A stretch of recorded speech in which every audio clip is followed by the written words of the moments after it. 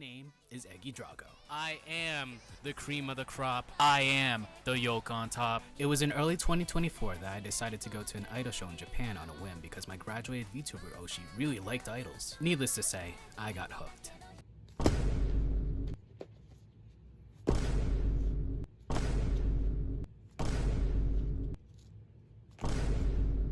I think we like idols. After I met and talked to two English-speaking idols there, Hyria, Haigumi, I realized every single idol has a story, be it why they chase this dream, their ups and downs, and even their future after all this. And that's what I'm here to do, to give idols around the world a spotlight beyond the stage and a place to tell their story. Every idol has a dream and a story to tell. This is IDOLEYEZ. Here comes a new challenger! An active idol in the SoCal scene for the past 2 years, we'll speak to the Sailor Cat idol Nekopuf about her journey and her upcoming projects. All eyes on me. IDOLEYEZ, episode 99. Nekopuf.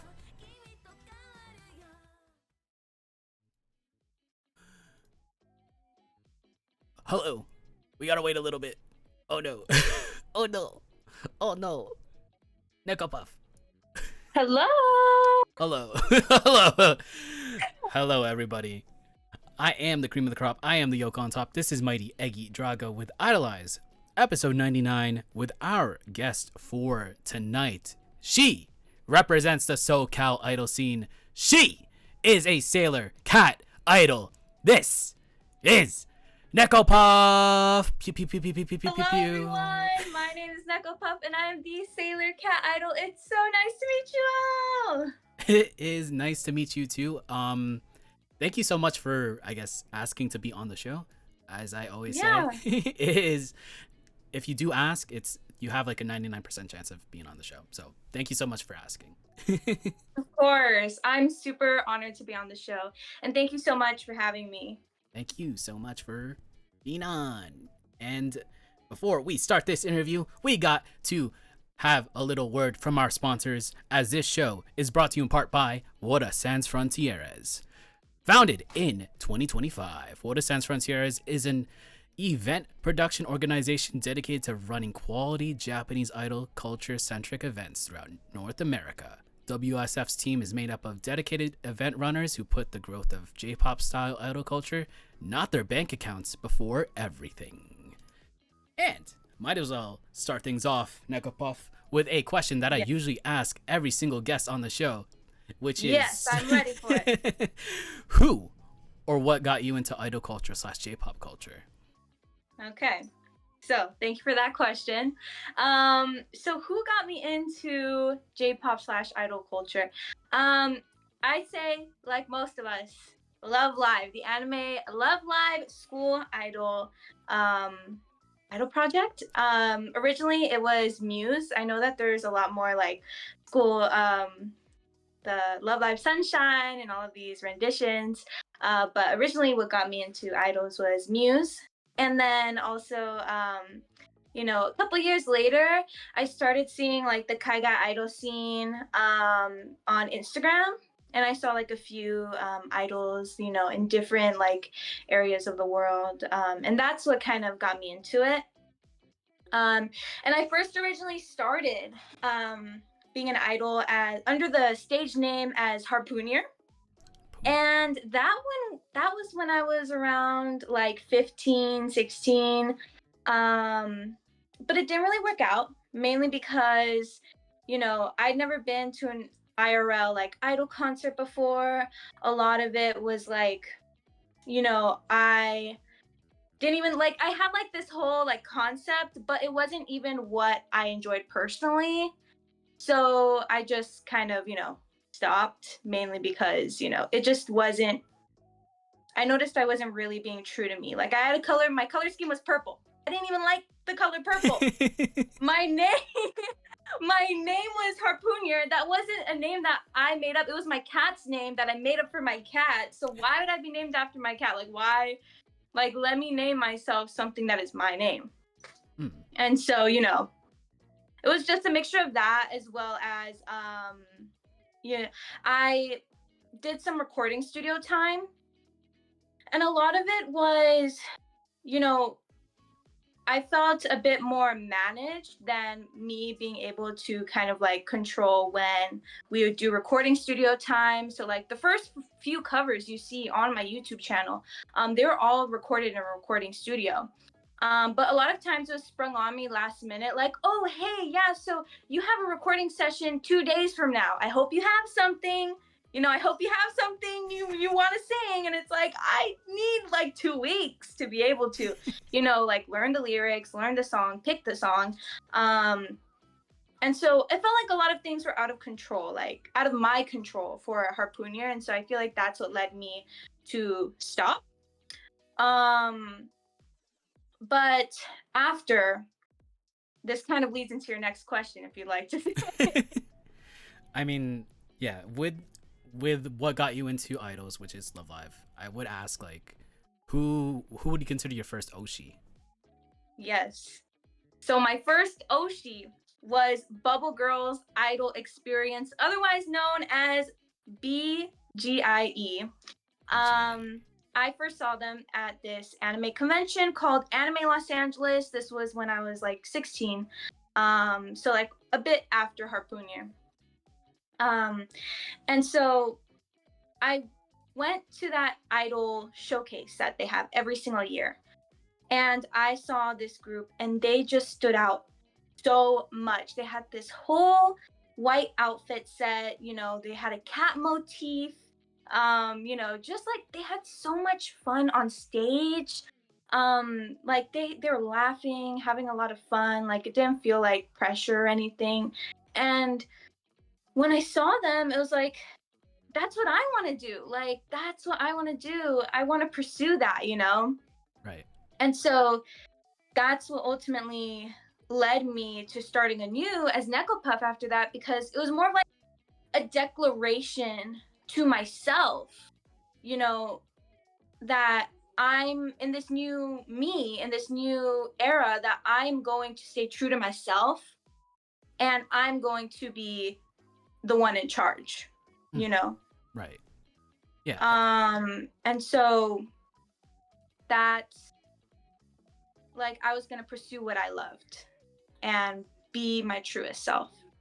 And so that is what I made with Nekopuf, and that's how it all started. It was from that anime convention, from that group, kind of really inspired, like lit the fire under me. It's like, yes, this is what I was waiting for. Like, Yeah, I mean, starting out with, I guess, a concept that you weren't like really, that wasn't really true to yourself, but then finally, I guess, molding into like an actual something, a concept that you want, is actually great. Because like if you're doing something that you don't want, it's not gonna be good for the long run. So at least now you're Nekopuf.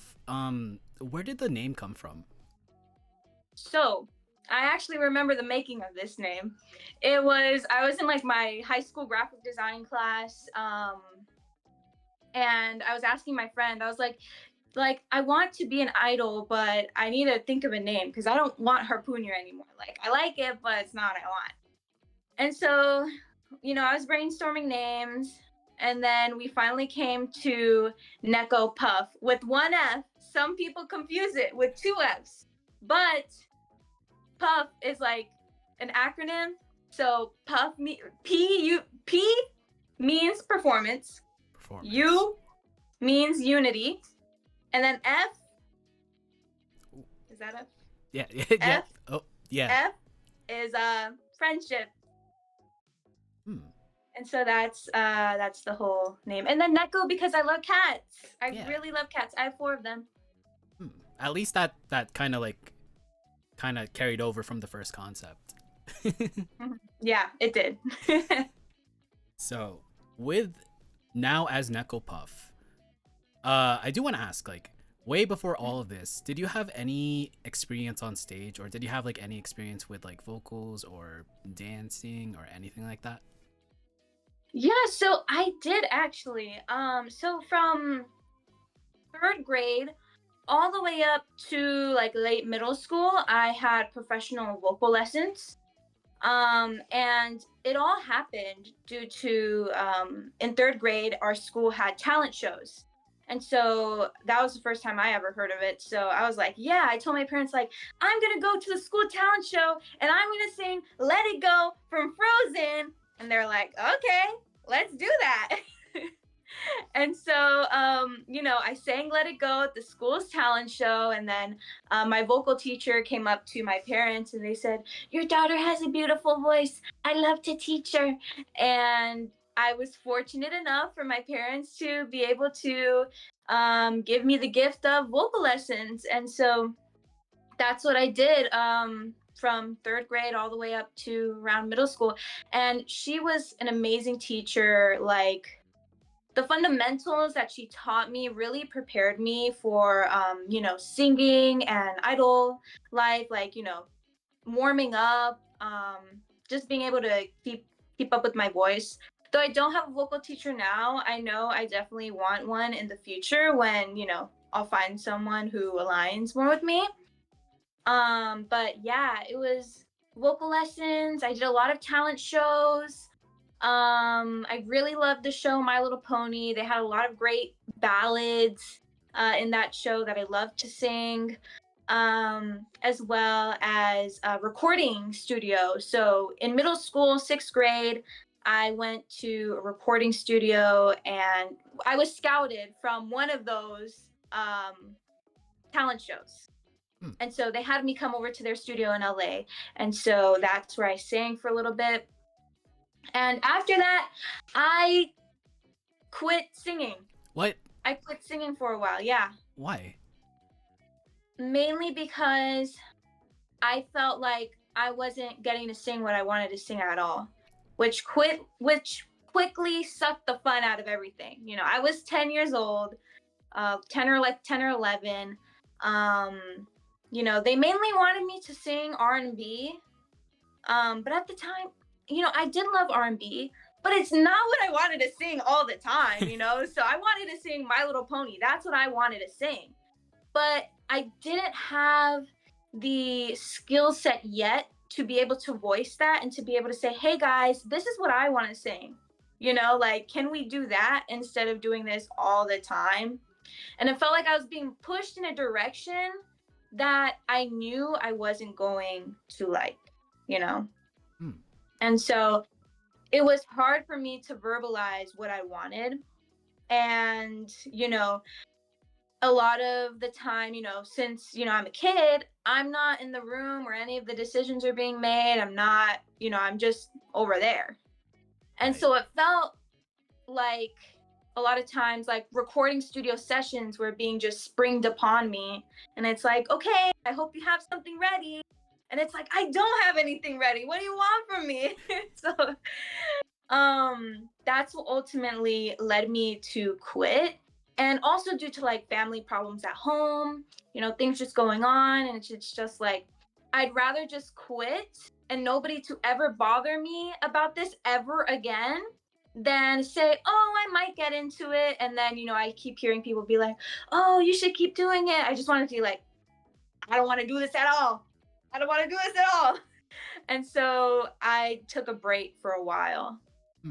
So during that time, that would have been when you were like 10, 11, right? And then yeah. How much of a gap of time was it like in between, I guess, the first idol concept that you had? So the first idol concept from that time, so from like 11, 10 to my first idol concept, that was like, I started doing idol stuff like 15, 16. Okay, so like 4 or 5 years then. Yeah.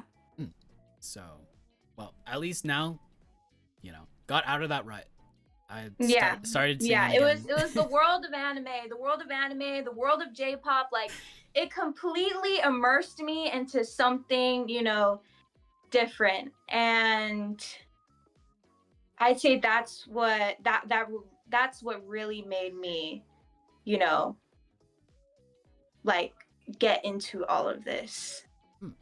So now as Nekopuf. Boom. Yes, now is Nekopuf. Now New era. Now as Nekopuf. Do you remember your very first show that you performed at? I do. It was in December. like 2 years ago, it was called Hero Line Anime Mini Mart. I remember this. And I remember very clearly 2 months prior to this, I was applying, I was DMing, I was emailing any kind of event ever to exist, anime event, idol event, because I wanted to perform so badly, but my portfolio was just not there. All I had on my YouTube were cover videos. Since I primarily sang, I didn't have many videos of me singing J-pop live. While with like dance covers, it's easier to just like take a video and then, have that to put on your portfolio. Right. So all I had mainly were covers.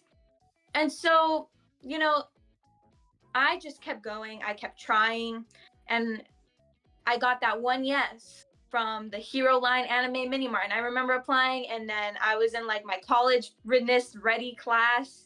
And I remember getting that email on my phone, and I started crying. I was so happy that I finally, like, after so many no's, finally getting that yes was just so like elating and so like, oh my God, I can do this. Like, this is possible.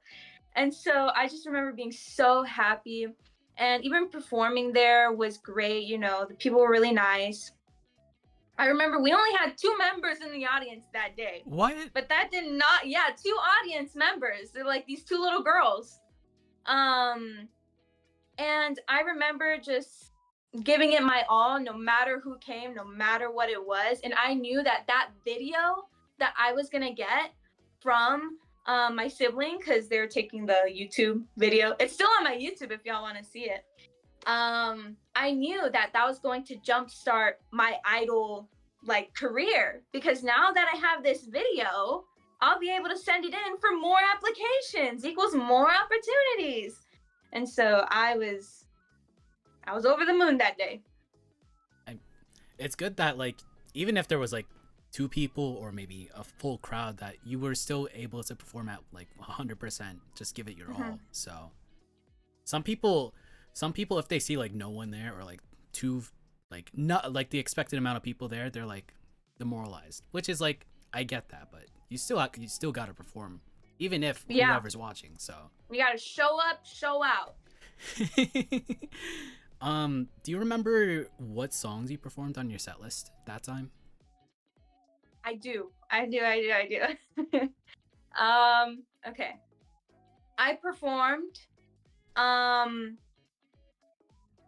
Dress Down by Kaoru Akimoto.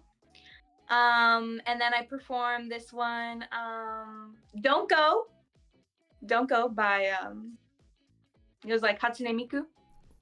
And then I performed, let me think,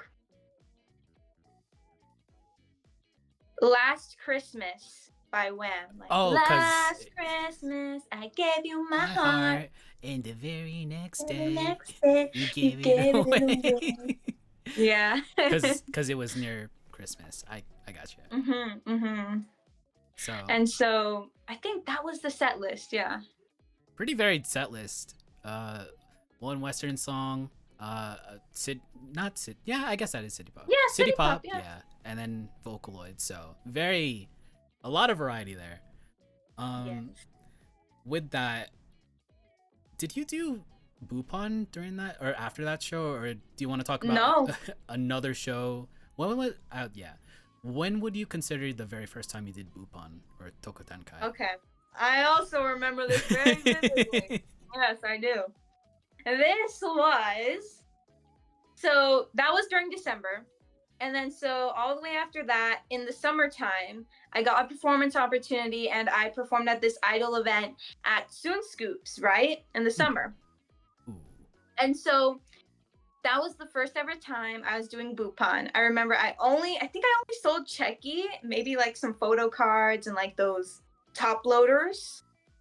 But I only sold those. I remember I had like a little thing of pre-orders, like a printout of pre-order stuff that I have available. Hold on. Okay. Now, And so I remember specifically, I was performing with my Oshis, Bubble Girls Idol experience. You know, I was so excited.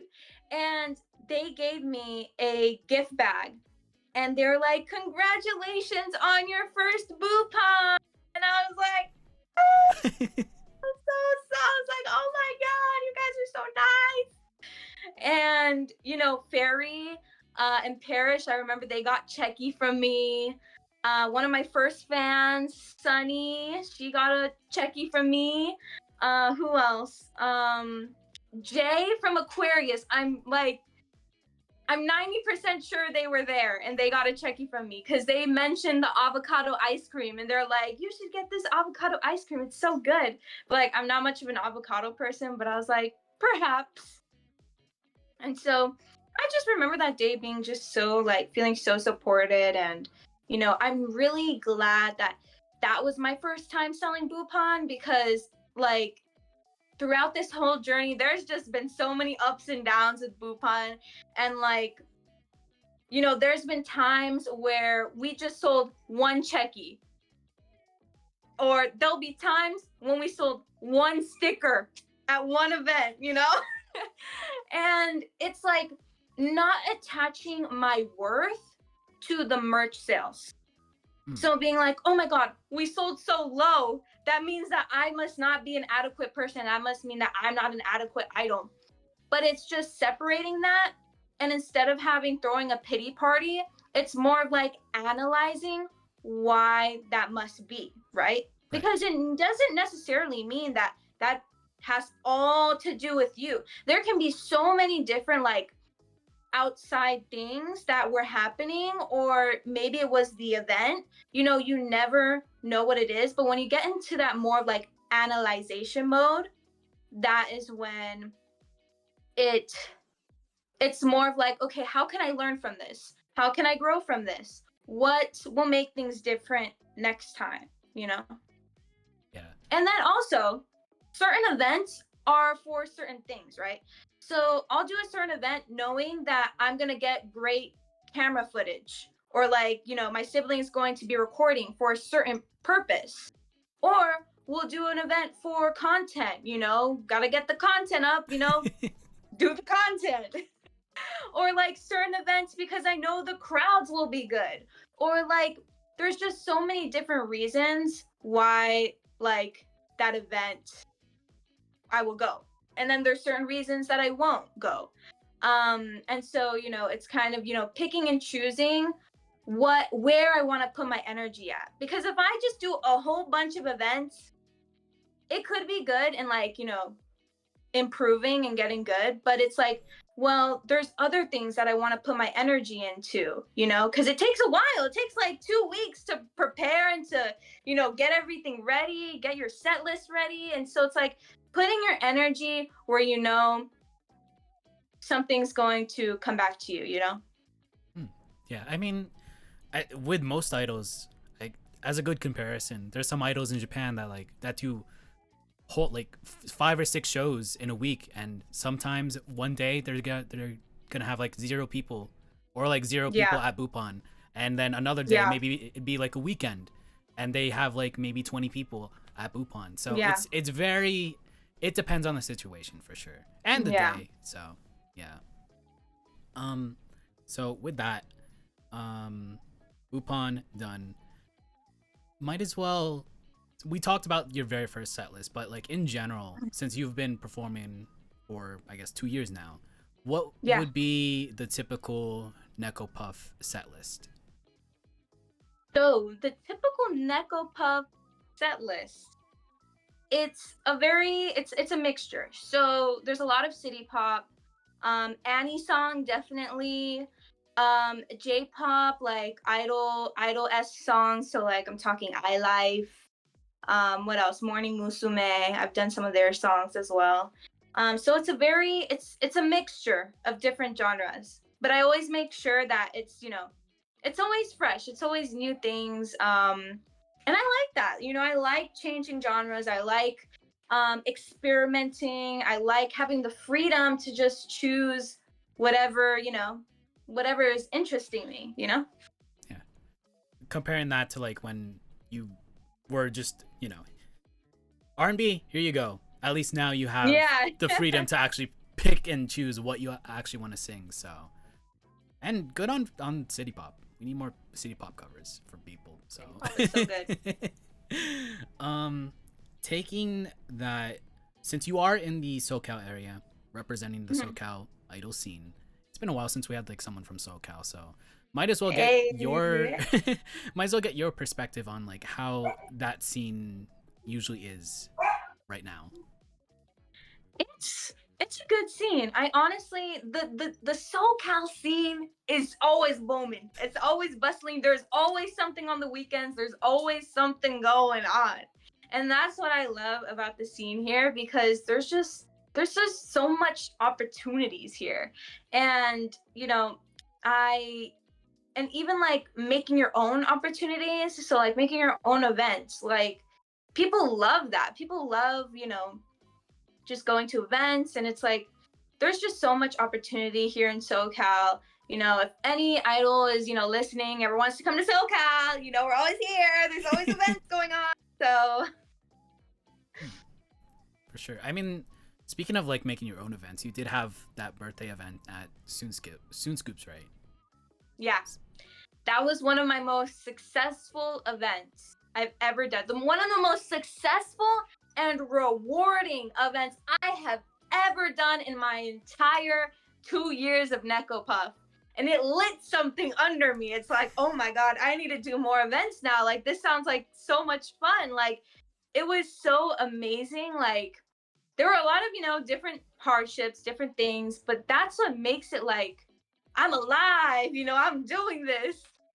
And, being able to work with the team, work with amazing people on this, and like learn that, it's not just gonna be me on my own, like the greatest songs, the greatest events, the greatest concerts, the greatest movies aren't made by only one person. They're made by an amazing team of people who are behind it.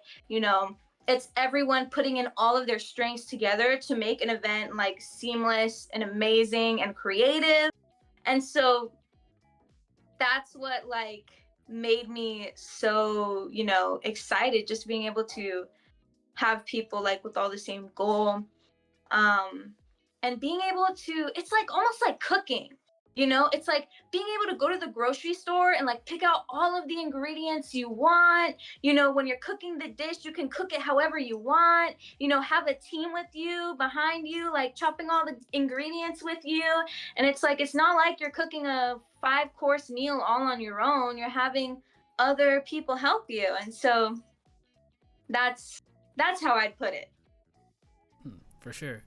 Like, the best song ever isn't like made by one person. It's made by like maybe a couple other people, and a composer, a mixer, the vocalist, yeah. So, and the writer. So it takes a team. It takes. Yeah, it really does. Yeah. So, SoCal scene is booming. You have made some events yourself, and participated in other events as well. What else? Oh, speaking of events, might as well talk about something that is starting to pop up in, I guess, the US Idol scene, which is off-kais. Since you've done 2 different off-kais, which was the Cat Cafe one and then also the karaoke one. And we got a third. And a third? Oh my God. Yeah. It was the Little Tokyo off-kai. Ooh, neat. But yeah, off-kais are starting to pop up. You've done several at this point. What gave you the mindset to actually host one for the first time? So, oh my God, what did give me the? Okay. Wait, I remember. Okay, so I've seen off-kais be done, or I started seeing them be done. For example, Strawberry Sunday. Love Strawberry Sunday. I saw that they did an off-kai, and actually, how it all came to be was with Strawberry Sunday. So I was out at Anime Riverside, and I was helping them record and film content for them. And while they were doing Bupan, I was just off to the side chilling. And then one of my fans actually came up to me. His name was Nate, and we started talking. We were talking about US Idol Fest actually, and the past, how that was, all that stuff, the pictures that he got. And then he was like, Nekopuf, have you ever considered doing an off-kai? And I was like, no, I haven't, but like, would you recommend it? And he's like, yes, I think an off-kai would be great. And I'm like, you know what? Yeah. And so like he started talking to me about like different off-kais other idols have done, how they were formatted. Like for example, like Yura Pico, like how she did her off-kais, and like I was like, you know what? Yeah, you might be onto something. And so, it really like went into my mind. I was like, you know what? If they can do it, like I can do it too. Why don't I try?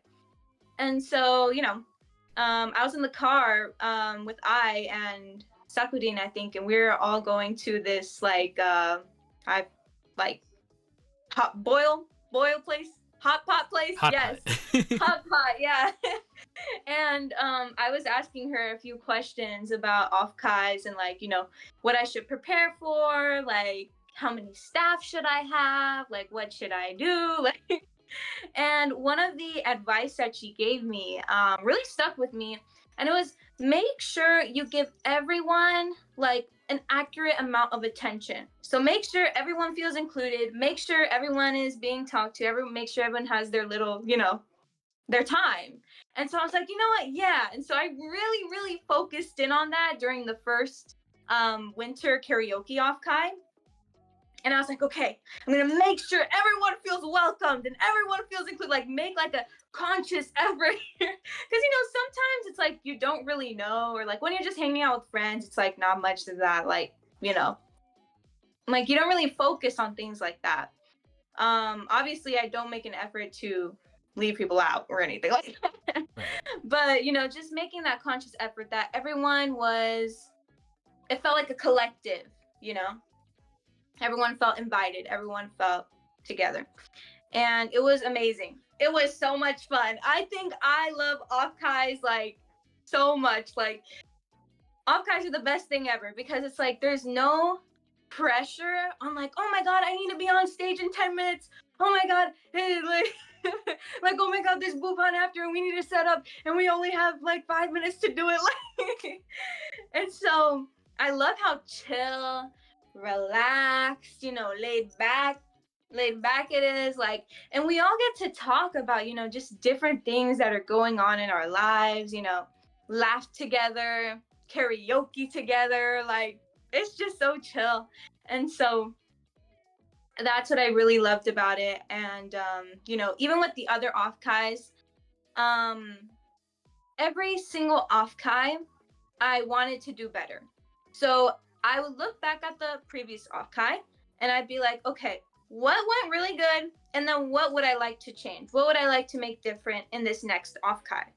So for example, the winter karaoke off-kai, it was good. It was good.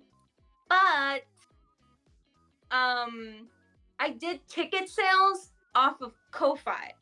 And Ko-Fi is like a donation platform, and it's like not really the most like professional place to be selling tickets. And so I was like, okay, I need to hone in and get my website out of there, because if I want my brand to be, at the point that I want it to be, which is like professional, seamless, all of this, like, just like a well-rounded brand, I'm like, I need this website because I need to have a hub where people can be, a place for people to contact me, the shop, the tickets. And so thus I made my website. It took so long, like 3 months to make, but I worked on it like 10 minutes every day because learning a new interface is a lot. So yeah, that's how it all went. So you went from selling tickets on Ko-Fi to selling tickets onto your website, taking one step ahead for the second off-kai, making it better for a little bit. Boom.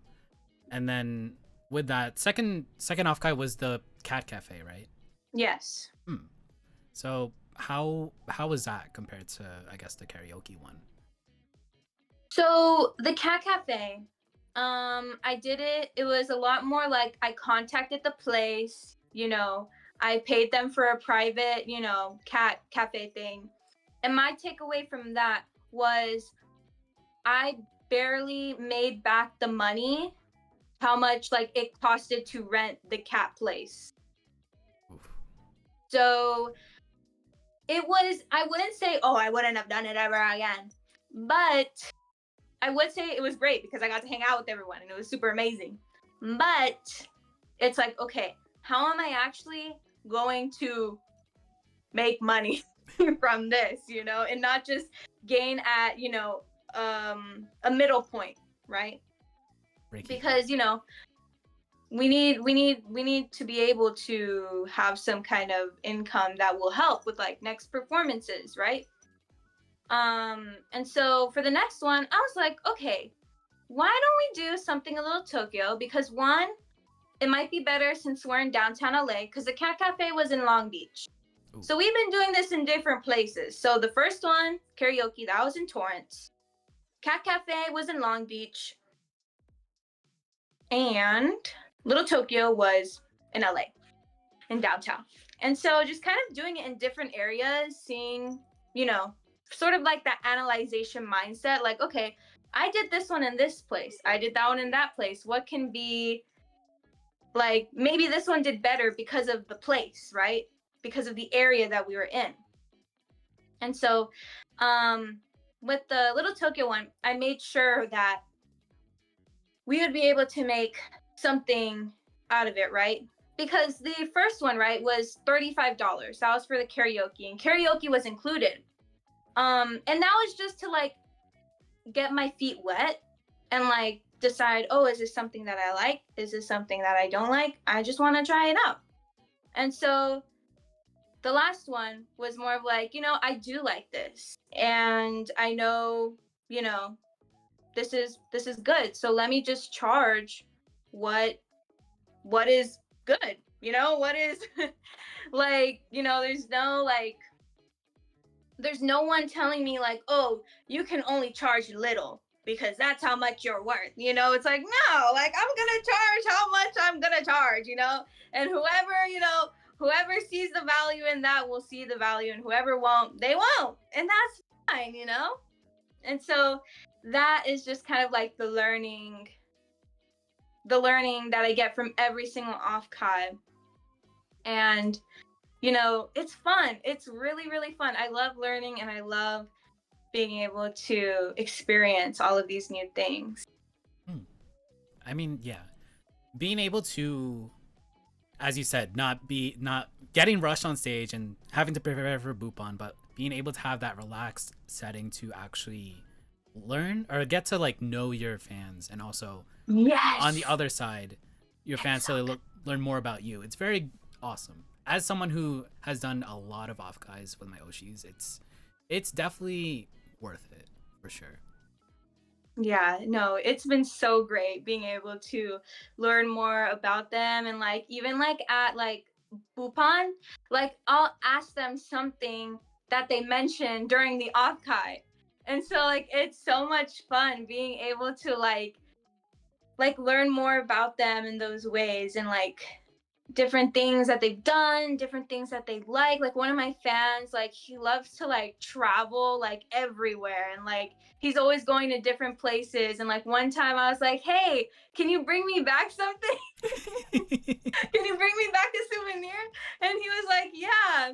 And so he came back and he went to Italy, I think. Yeah, like Italy, Europe. And he got me this like 2 volumes of My Hero Academia. And one of the volumes was of Toga. And I was like, oh my God, how did you know my favorite character? And so just, being able to get to know everyone like on like different levels, and like, it's just so, it's like, I love that. That's my favorite part of being an idol, because of like the closeness that you get with your fans. Like the fact that you know so much about them, and like it's just like it's so wholesome. And I feel like you wouldn't really get that like much anywhere else. Like off-kais, like you may see like meet and greet fan experience, but like I don't know. It's like It's when not are the you same. really gonna see that? You know? Yeah, it's off guys are definitely that like very unique for the Kai guy scene and also the Chica scene, because like in K-pop you have the high touches and also the meet and greets for like a minute, cool, but like there's a gigantic barrier when it comes to like the actual groups or the performers and the fans. They don't really know each other like a Chica idol does and a Woda does, or like a Kaiga idol does and their fan. So it's very different. It's very, that's what makes it unique, I'd say. Yeah, definitely. So off guys, do you plan on doing, do you want to announce one more if that's in store? Who knows? Okay. We're gonna aim for the end of this month Ooh. for the Nekopuf beach episode off Kai. Oh. Hey! Beach episode at Yes, the beach end episode. of the month. Oh, that'll be interesting. Yes. You heard it here first, I think. Hopefully. Yes, you did. Or well, I told one of my fans, and I told him, yeah, it's gonna be in July or something like that, or not July, like no. What's before July? June. June. June. Yeah, it's gonna be in June. And then I'm like in my head, I'm like, fuck, it didn't happen in June. So, off guys are great. Hope you can do a lot more, and hopefully the Kai guy scene can do a lot more. It's very interesting. Yeah. Yeah. I hope everyone gets to experience an off Kai. It's truly an amazing experience. Moving on to that, might as well talk about some upcoming projects that you have in store. Do you want to like announce it and then I'll ask you about it, or you know? Yes, I will announce it. Okay, so everyone, I have an announcement to make. Drum roll, we can get a drum roll, please. I will be coming out with my first original song, Rainbow. Yo. Yeah. So, first original song, Rainbow. Yes.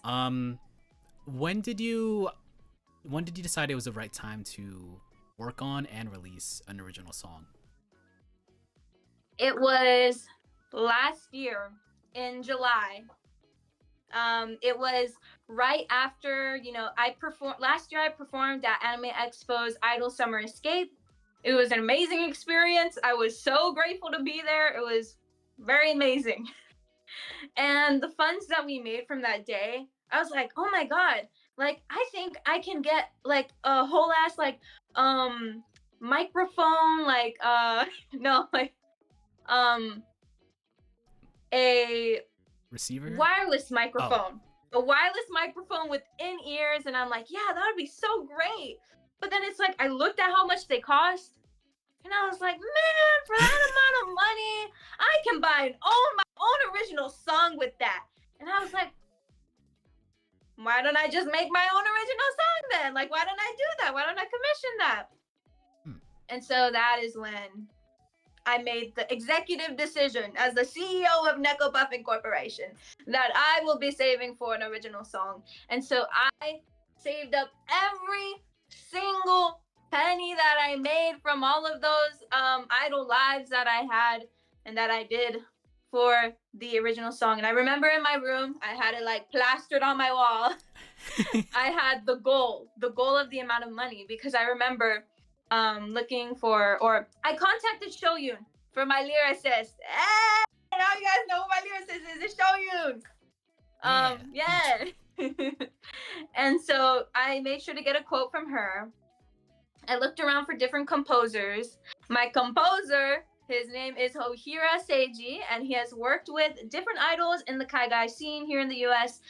Some notable idols being Barry, as well as Rosa Rosso, or Rosa Rosso. Please forgive me if I'm saying that wrong, please. The duo, right? Aren't they? I said it right? I think so, but they're the two of them, right? Two members in Yes, a duo. yes, yes, in the duo. Mm. And so, you know, I actually asked Rosa Rosso, like, how is it working with him? They're like, he's great. And I was like, thank you. And so, you know, I contacted Ohira Seiji for a quote. And so once I got those quotes, I was like, okay, this is the goal. And so I started saving every single penny until we had enough to commission them. And so I commissioned them. When did I commission them? A while ago. I really don't know. It's fine. Maybe May, something like that. Something like that. But I commissioned them, and now we're finally at the point where I can start saying things and where I can tell you guys, because I've been so hard at keeping secrets. Like, I just want to blurt everything out, and it's like, no, I can't. And so now we're entering a new era of Nekopuf, the rainbow Nekopuf, you know, rainbow cats, all of that amazing stuff. And so, yeah, that's, you know. So I hope you guys are excited. New era, new song. Yeah. You did send me over some clips that you did want to talk about with working with your composer, with Ohira Seiji. Yes. So there's 3 different clips. Might as well. Do you want to? How are we gonna do this? Okay, maybe I have an idea. All right. So maybe let's talk about a little bit about the song. All right. Hold on. I came up with an idea. Yeah, because the song isn't fully out now, but all right. Yeah, it isn't fully out. So we're leading into something, guys. It's a whole plan, the whole release plan. We'll talk about a little bit, some crumbs here and there for people to wait on for the full release, but yeah. So a bit about the song, guys. So Rainbow, that is the name of this, my first original single, is about staying true to yourself no matter what hardships you may face in your life. And it's kind of like reminding you that there will always be a rainbow after the storm. And I feel like, you know, I kept the sailor cat outfit, you know, the sailor outfit. Even though we've had 3 renditions of it. This is Nekopuf 2.0. Because the first one was Nekopuf 1.0, the sparkly one was Nekopuf 1.5, and this one is Nekopuf 2.0. And so I kept it mainly because it's like a bit of an homage to my school life, you know. It's always kind of been hard, you know. I've struggled with like learning disability growing up, and it made it hard for me to like process things that my classmates did. So like they would be at here and then I'd still be down here. And so I felt like I could never catch up. Like even like at school, because I mentioned I was a My Little Pony fan. Obviously people aren't gonna be so kind to that.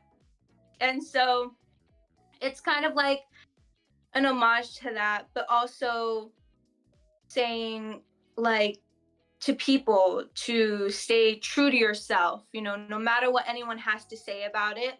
And that, you know, even though things may be hard and no matter what life throws at you, you can always pick yourself up back again and start anew. Because I wanted to quit singing so many times. I wanted to quit a lot of things, you know? But it's like realizing that no, like I can do it on my own terms. I can pick myself back up again and I can try again, because in reality, you know, nothing is ever over for realsies, you know?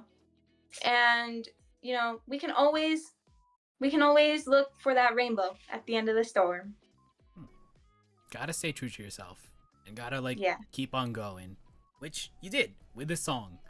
Yeah. Lyrics aren't out, but you did work with your composer. Did you have any specific references that you wanted to send them to be like, hey, let's have this song be like this, XYZ? So I did. I sent like a whole Google Doc list, like full of like different songs, and then under the song I had why I liked it, and then like something I didn't like about it. So like for this song, I took lots of inspiration from different J-pop groups like iLife, who else? Cutie Street, that one song Bye Bye Fight, Ah, da, da, Festive, da. Silent Siren, Honeyworks. So like a lot of those kind of songs.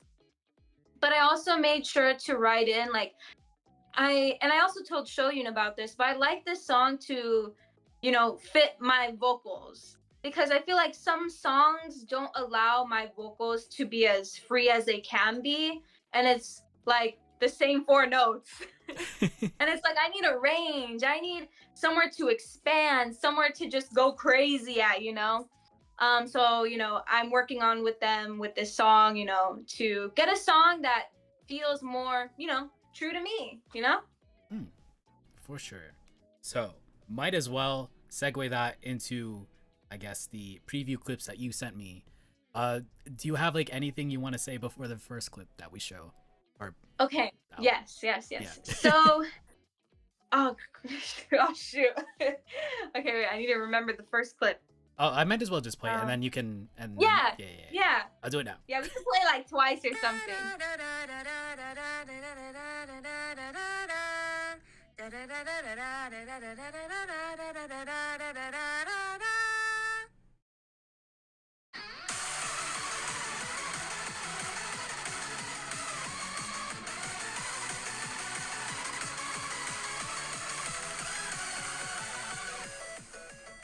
And then it fades. All right. So, did y'all hear that? Hopefully. Yeah.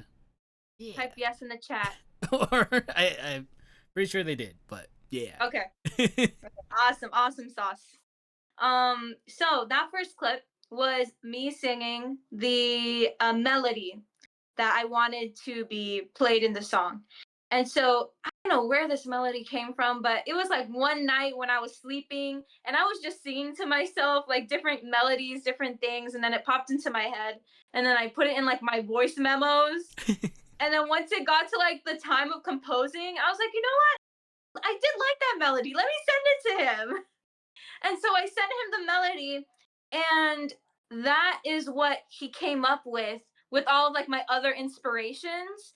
And I was blown away. I was like, oh my God, like it's happening. Like I literally started crying because it was hard. It was so hard. Like commissioning and like the language barriers and the contracts and everything just to be able to, you know, get it to this point.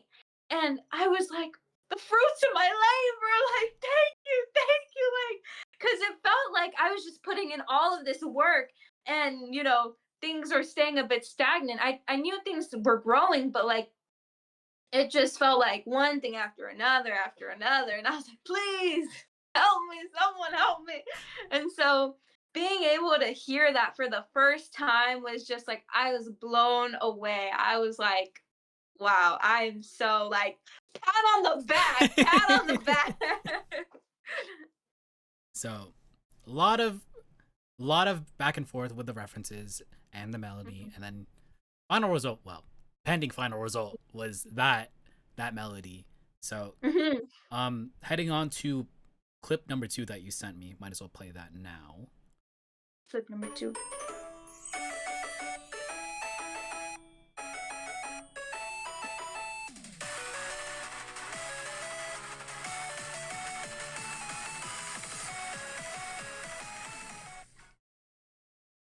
Oh, there's one.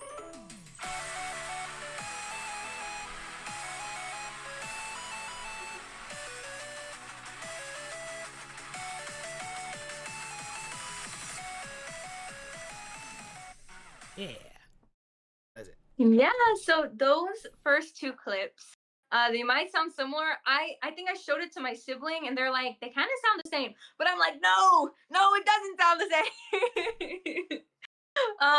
But the difference between the 2 clips was one, this was the first clip was the original one that he sent me first.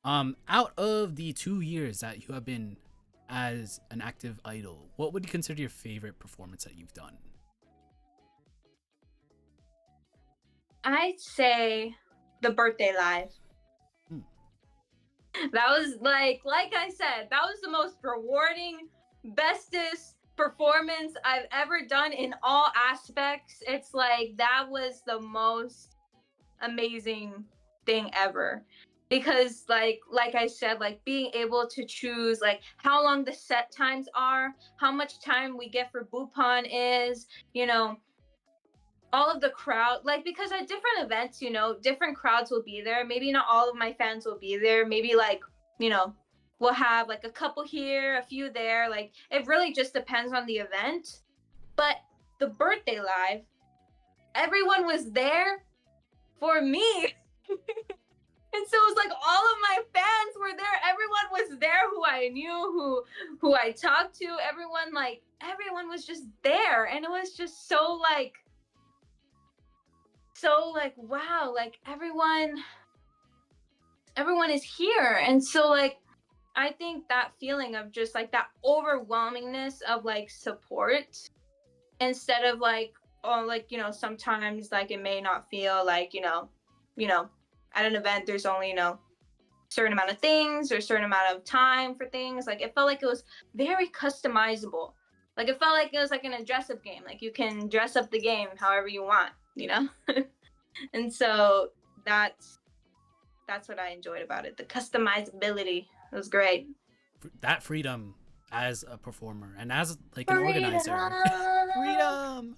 It's it's definitely awesome to have compared to like being like restricted to some other things. Yes. It's like having that almost like worry in a way, and it's like, oh my god, how long is Bupan gonna be? When is it gonna be? Is it gonna be before or is it gonna be after? Or like, how long is my set time gonna be? How long is this gonna be? But it's like, I can just make it however long I want it to be, you know? Like, you know, obviously not like, oh yeah, we're gonna have a 3-hour set list, 4-hour set Oh list. my Like, God. no, but like within reason, you know? Hmm.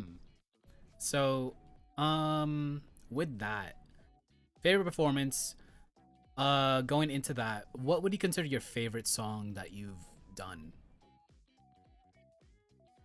Hmm. I'd say I have two that I like doing. I like doing Telephone Number. And I know a lot of my fans like this one as well, but it's a very like call and response type song. And so nearing the end of the song, I'll be like, oh, 5, 5, 6, 6, 7, 7, 9. 9. And then I'll be like, and they'll be like, woo, Ooh. 5, 6, 6, 7, 7, 9. 9. And so it's so much fun doing that. And it's like seeing everyone in the crowd go crazy, and like those call and response type songs, I love the heck out of them. And that goes into my second song, which is Fwa Fwa Time from Chaos. Yes. Yeah. That was one of the first ones that I've done where I'm like singing and dancing at the same time. And like I don't know, just incorporating that dance like movement, like just like it felt like a completely different experience doing both. And like yeah, it was, you know, tiring and like yeah, like different things, but like it just felt like surreal. Like it felt like, oh my god, like we're doing this, like it feels so great. And so, and then also like the call and response. So instead of it being fla fla time, in my cover version, I did nya nya time. So I'd have the audience, I'll be like, nya nya time. And then everyone's like, nya nya time, nya nya time, nya nya time. And so everyone was going crazy. And I was like, oh, crazy. So that was great. Yeah, I remember you sent over B-roll performance footage of Wafa Time. It was in like 8K, and I was like, "Whoa!" So I watched it. I was like, "Yeah, you're an awesome performer." And also Thank you. the variety of or switching up Wafa for yeah is cool. So with that, you do have the original song up and coming, baking, cooking. What are some other goals that you want to achieve before the year ends? So I would like to incorporate more dancing into my sets. I want to be able to both sing and dance at the same time, because I started out singing only, and it because at first like I had to learn how to do like facial expressions on stage, and how to smile and how to be like all great, because at first I would just be like like straight face, like like not very cuteness. And I've had to learn how to do that, how to like practice in the mirror. um and while others pick it up more quickly since they've been dancing for a while already, and they started out as an idol by doing dance covers. And so like when you're dancing, like people learn how to do, it's important to do facial expressions. But since I just primarily sang, I've never really done much like that. It's like, okay, I know how to hold the mic cord, because they teach you to like hold the mic cord instead of just like doing nothing with your hand and just like having like your hand, like your arm stiff. You gotta hold the mic cord to be like all like nice like that. But yeah, that was what I want to do in this upcoming 2026. Plus the original song, as well as do a lot more standalone events. I've craved hunger for it, but they'll be coming. They'll be coming.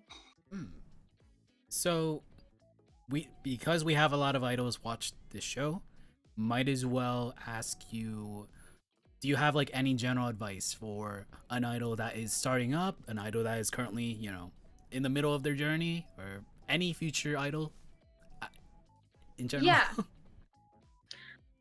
I'd say if if you're thinking about becoming an idol, or if you're a future idol, I'd say don't hesitate to say it with all of your might that I am an idol. Like I am an idol. Put it smack dab in your Instagram bio that I am an idol. I'm a Kai Guy idol. Just say that you're an idol, because once you declare that, once you say that, it doesn't matter if you have performed at an event or not. It doesn't matter what you have done or not. But just by saying that I am an idol sets you up for a lot of great things. Because when it's like, a lot of times I felt like, oh, I don't know if I want to put idol in my bio, because I think, I'm not at this point yet, or I'm not at that point yet. But it's like, no, just say you're an idol. Like, who the freak Bob is going to tell you, actually, you're not an idol. Like, no, like, I'm an idol. And so don't hesitate to call yourself an idol. Or like, even like, I aspire to be an idol, or I hope to be an idol, or I'm training to become an idol. It's just like, just say you're an idol. Because when you say that, when you have that in your mindset already, it leads you to think, okay, well, what now? What can I do now? Like, well, let me start applying for events. Let me start doing this. Let me start doing that, because I'm an idol now. And so it moves the ball rolling, I'd say. Yeah, because like just saying you're an idol, that is a declaration that you are gonna like pursue that. You're an idol. Duh. Yeah. So you just gotta go for it. Yeah. So with that, speaking of idols, who are some idols that really inspire you? Be it in the Kai Guy scene, or like in Japan, or etc. So I'd say Moe Age, they inspire me a lot. Moe Age, Strawberry Sunday, of course. I really look up to them as idols in the SoCal scene. And I really love how Moe Age and like Asiori's brand is just it's so good. Like it's so like everything is just so seamless. Like their website is so nice. Like I remember like I had when I was making my website, I had 3 inspos on my computer. One of them was Tyler the Creator. One of them was the singer Pink. One of them was Asior Made Cafe's website, and then one of them was At Home Made Cafe's website. And so I looked to all three, oh, and Billie Eilish's website while I was creating my website. Because I was like, I love these brands. I love all of these brands. And how can I incorporate that into my own brand? How can I incorporate that into my own website? And so I took pieces from all of those websites and then put them into my own. And it was just great seeing how like all of their websites work, like all of the different cuteness things, because I love how cute like At Home's and Asior Made Cafe's websites are. And I'm like, I wanna have some of that cuteness moe magic in my computer. So I'd say those are my inspirations. Moeage definitely one of the biggest idol performers acts. There we go, in the SoCal scene. So Yeah. having a lot of influence around with everyone else is definitely awesome, and they're definitely cool. I had Sion and Latte, and they're awesome. Yes. To talk to, so Yes. yeah. What else? Ooh, what you specifically? What do you want to see more from the Kaiga idol scene outside of standalone events? Anything else? That's hard. I was about to say standalone events. Let me think about this.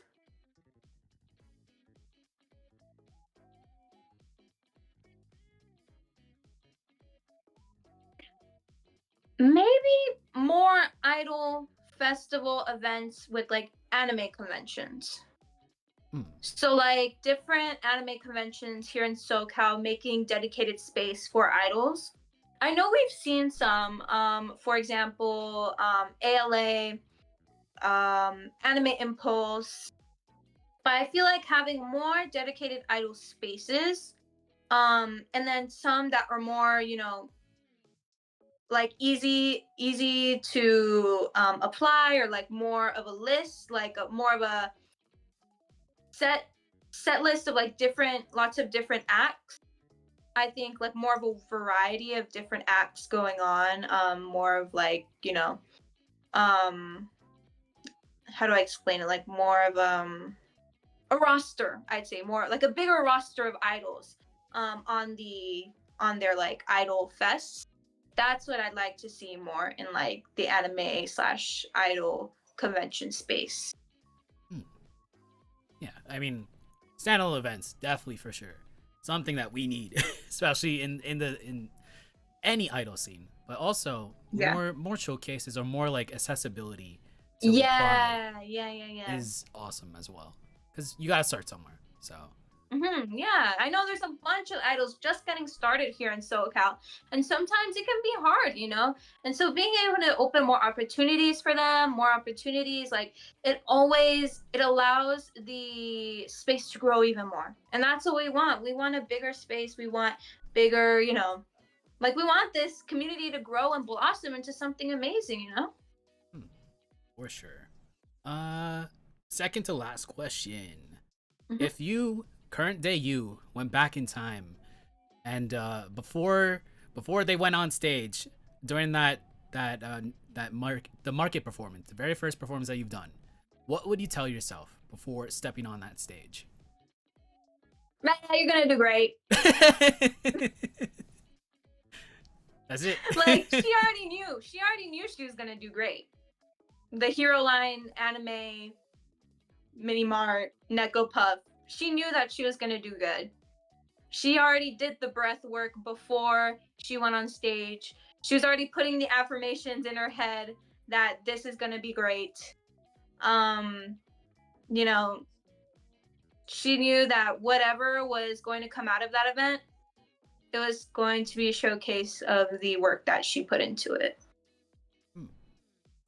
Well, that very interesting, because usually people would tell the past selves like some advice for the future, but you're like, yeah, you'll do all right.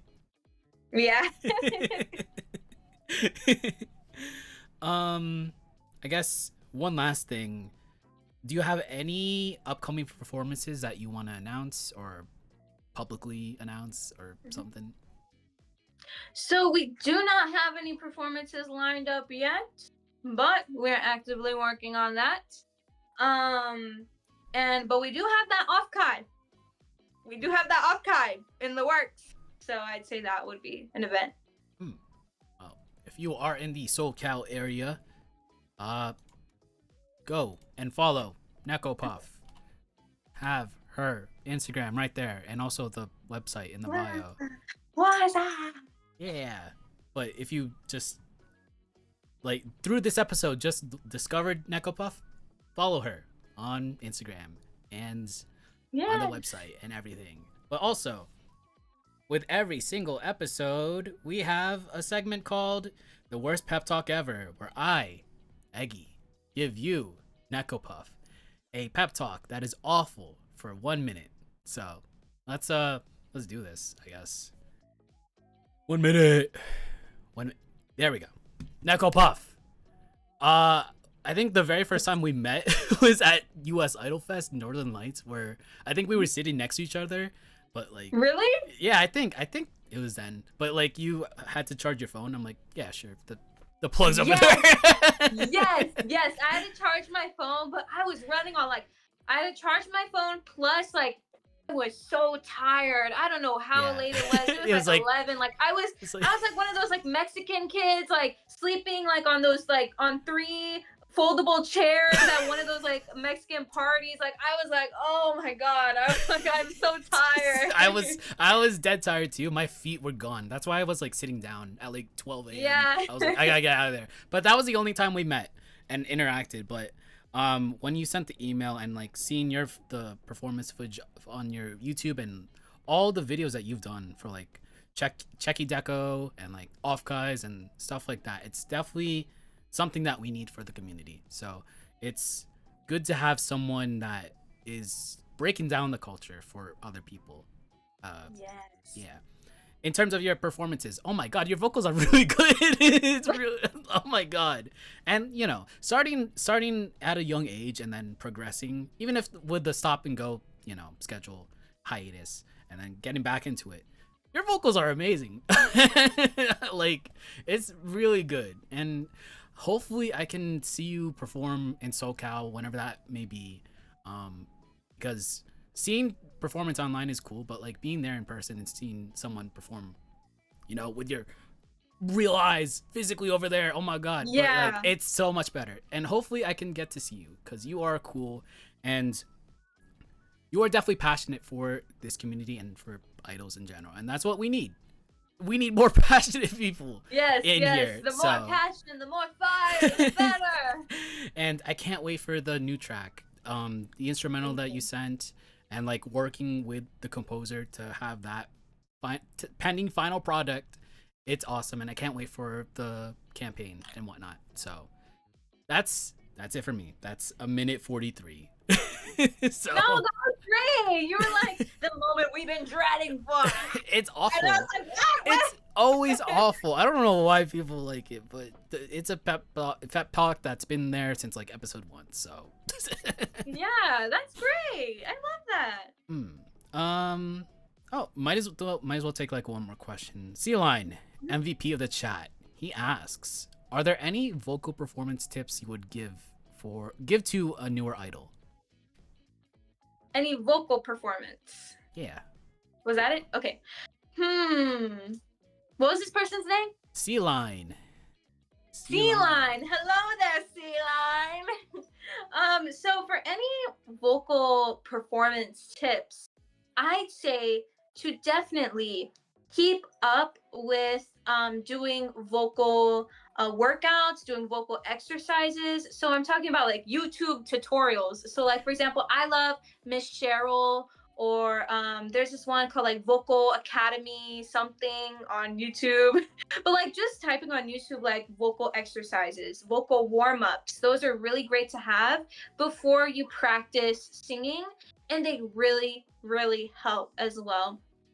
And also, this is very important, to warm up your voice right before a performance. Because if you do not warm up your voice, your voice is very susceptible to cracking while you are on stage. And I'm not saying No, like you gotta be like you gotta like be loud with it. You need to be how you would be practicing in your room, practicing that way when you're about to perform. And then maybe a little bit, embarrassing because people might be around, but it's like, who cares? Like, I know I need to do this so that my performance will be at its top. Like, I'll try and find somewhere like quiet where not a lot of people are. But if it's like hard, or like even in the car when I'm with my mom who's driving, or like someone is driving, like I'll be like